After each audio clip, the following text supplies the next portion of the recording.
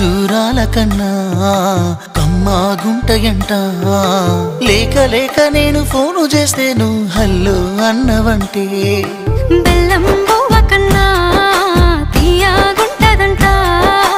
ఎన్నడూ నాడు ఫోను చేసే బాగున్నావన్నవంటే